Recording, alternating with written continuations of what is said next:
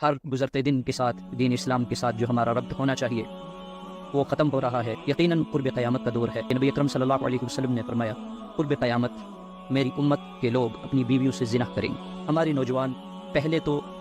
اپنی نکاح سے پہلے زنا کے مرتکب ہو جاتے ہیں۔ جب نکاح ہو جاتا ہے اس کے بعد چونکہ اسلامی تعلیمات، قرآن و حدیث کی تعلیمات سے ناواقف ہیں، جس کی وجہ سے وہ ایسے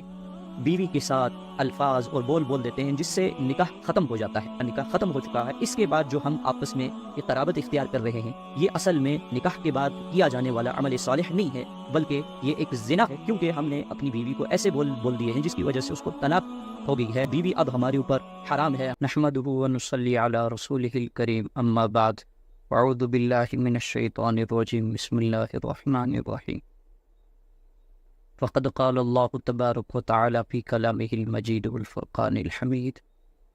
یا ایہا الذین آمنوا ادخلوا فی السلم کافہ ولا تتبعوا خطوات الشیطان، وقال النبی صلی اللہ علیہ وسلم،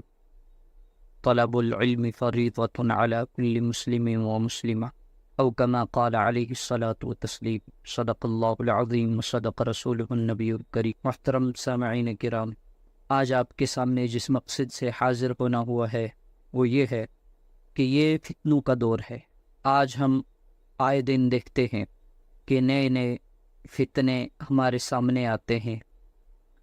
اور نئے نئے فتنوں میں ہم پڑھتے جا رہے ہیں، امت مسلمہ پڑھتی جا رہی ہے، اور ہر گزرتے دن کے ساتھ دین اسلام کے ساتھ جو ہمارا ربط ہونا چاہیے وہ ختم ہو رہا ہے، اور دین اسلام سے ہم دور ہوتے جا رہے ہیں۔ نبی اکرم صلی اللہ علیہ وسلم کی تعلیمات سے ہم دور ہو رہے ہیں۔ یقیناً قرب قیامت کا دور ہے، اور وہ سب چیزیں سچ ہونے والی ہیں، وہ سچ ہو رہی ہیں جو نبی پاک صلی اللہ علیہ وسلم نے ارشاد فرمائی تھی۔ بہرحال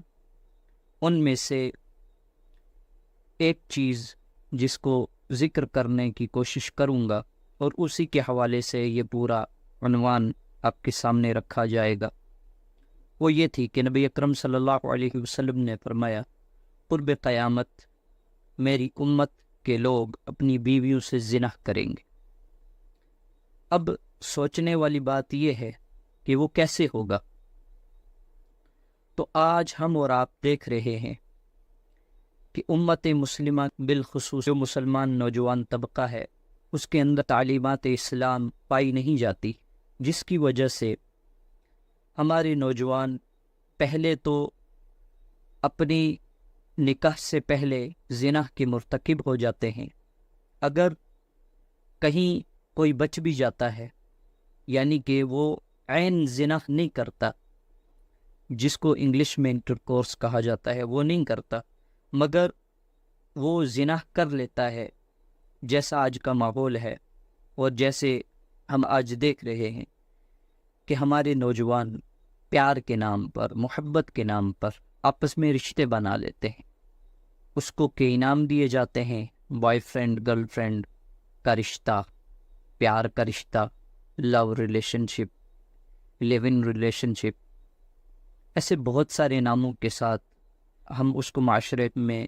جانتے ہیں، ان ناجائز اور ناپاک رشتوں کو۔ لفظ رشتہ ان کے لیے بالکل غلط لفظ ہوگا اور ناانصافی ہوگی، اور یقیناً میں سمجھتا ہوں کہ وہ جو وقت گزرتا ہے ہمارے نوجوانوں کا، اس وقت میں ہر گزرتے سیکنڈ کے ساتھ گناہوں میں ملوث رہتے ہیں۔ بالآخر نکاح ہو جاتا ہے، نکاح ہونے کے بعد ہمارے نوجوان چونکہ قرآن و حدیث کی تعلیمات سے دور ہیں، جس کی وجہ سے ان کو معلوم نہیں ہے کہ ایک ہوتا ہے نکاح سے پہلے زنا کرنا، اور ایک ہوتا ہے نکاح کے بعد اپنی بیوی سے قرابت اختیار کرنا، اس کے ساتھ وہ مخصوص وقت گزارنا جس وقت میں وہ حد درجے ایک دوسرے کے قریب ہوتے ہیں، اور آپس میں جو ہے وہ محبت کے ساتھ ہوتے ہیں۔ اس کو ہمارے نوجوان سمجھ نہیں سکتے کہ زنا ایک کبیرہ گناہ ہے، اور نبی اکرم صلی اللہ علیہ وسلم کی زبان مبارک سے ایسے ارشادات اس کے متعلق وارد ہوئے اور قرآن مقدس میں اس کے متعلق بارہا لکھا ہوا ہے اور سخت وعیدیں آئی ہیں، اور اگر اسلامی شریعت کا قانون ہو تو اس کے اوپر حد جاری ہوتی ہے، سخت ترین سزائیں اس کے مرتکب شخص کو دی جاتی ہیں۔ اور جب نکاح ہوتا ہے اس کے بعد وہ عمل جب کرتا ہے انسان، ان دونوں عملوں کے درمیان کوئی فرق نہیں رہتا، مگر نکاح کے اندر جو الفاظ کہے جاتے ہیں، جو مجلس کے اندر ایک ایگریمنٹ ہوتا ہے، معاہدہ ہوتا ہے، اس کے بعد جو عمل وہ انسان کرتا ہے بیوی کے ساتھ، جب وہ آپس میں قرابت اختیار کرتے ہیں، تو اس میں کیا اللہ تعالیٰ کی طرف سے نیکیاں حاصل ہوتی ہیں، اس سے ہمارے نوجوان طبقہ بالکل ناواقف ہیں،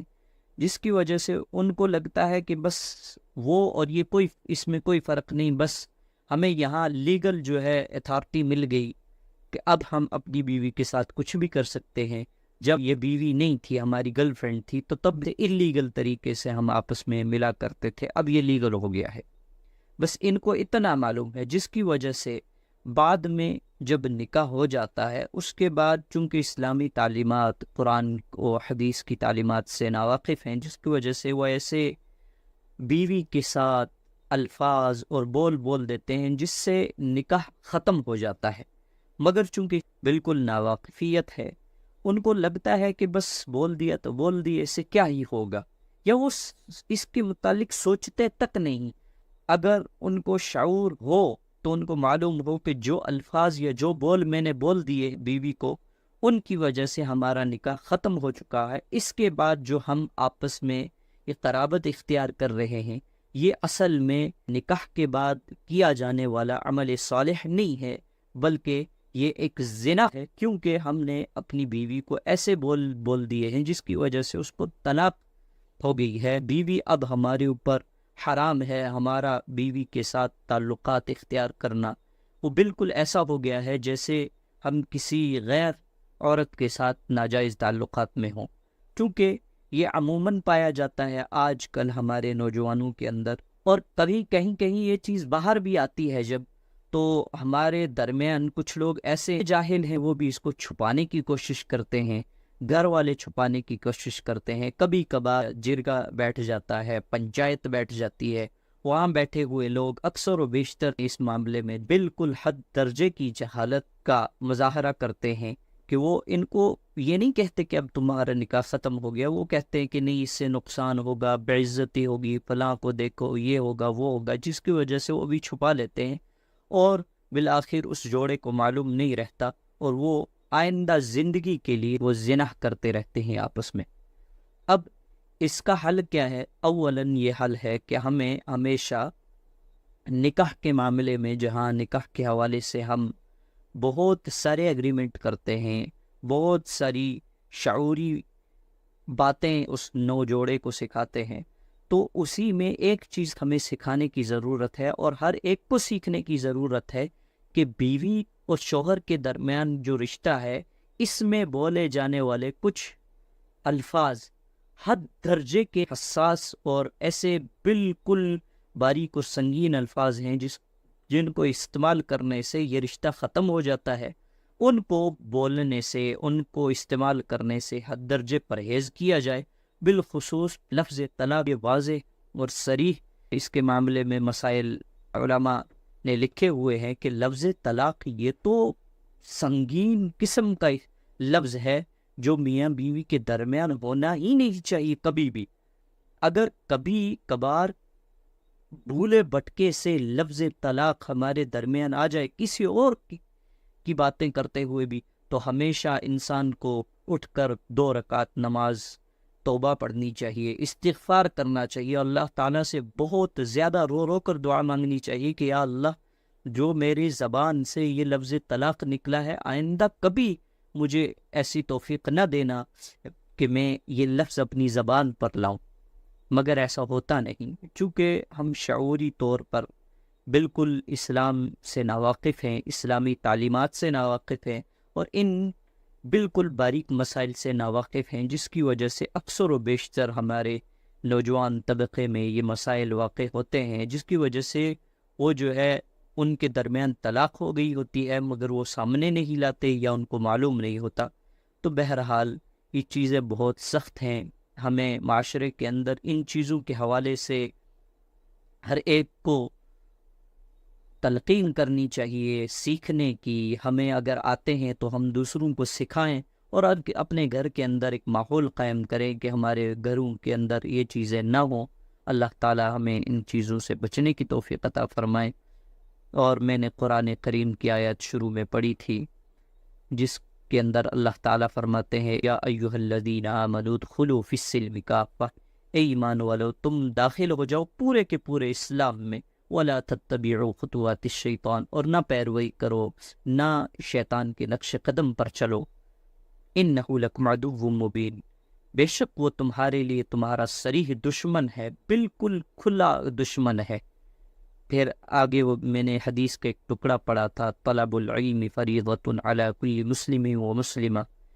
اللہ کے نبی صلی اللہ علیہ وسلم فرماتے ہیں کہ اتنا علم دین سیکھنا ہر مرد عورت مسلمان پر فرض عین ہے، جس سے وہ حلال و حرام کے درمیان فرق کر سکے، اور ہمیں اتنا علم سیکھنا ہمارے اوپر فرض ہے جس سے ہمیں یہ معلوم ہو کہ ہمارا رشتہ کب حلال ہے اور ہمارا رشتہ کب حرام ہو گیا۔ اللہ تعالیٰ ہمیں کہنے سننے سے زیادہ عمل کی توفیق عطا فرمائے۔ وآخر دعوانا الحمد للہ رب العالمین، وما توفیقی الا باللہ۔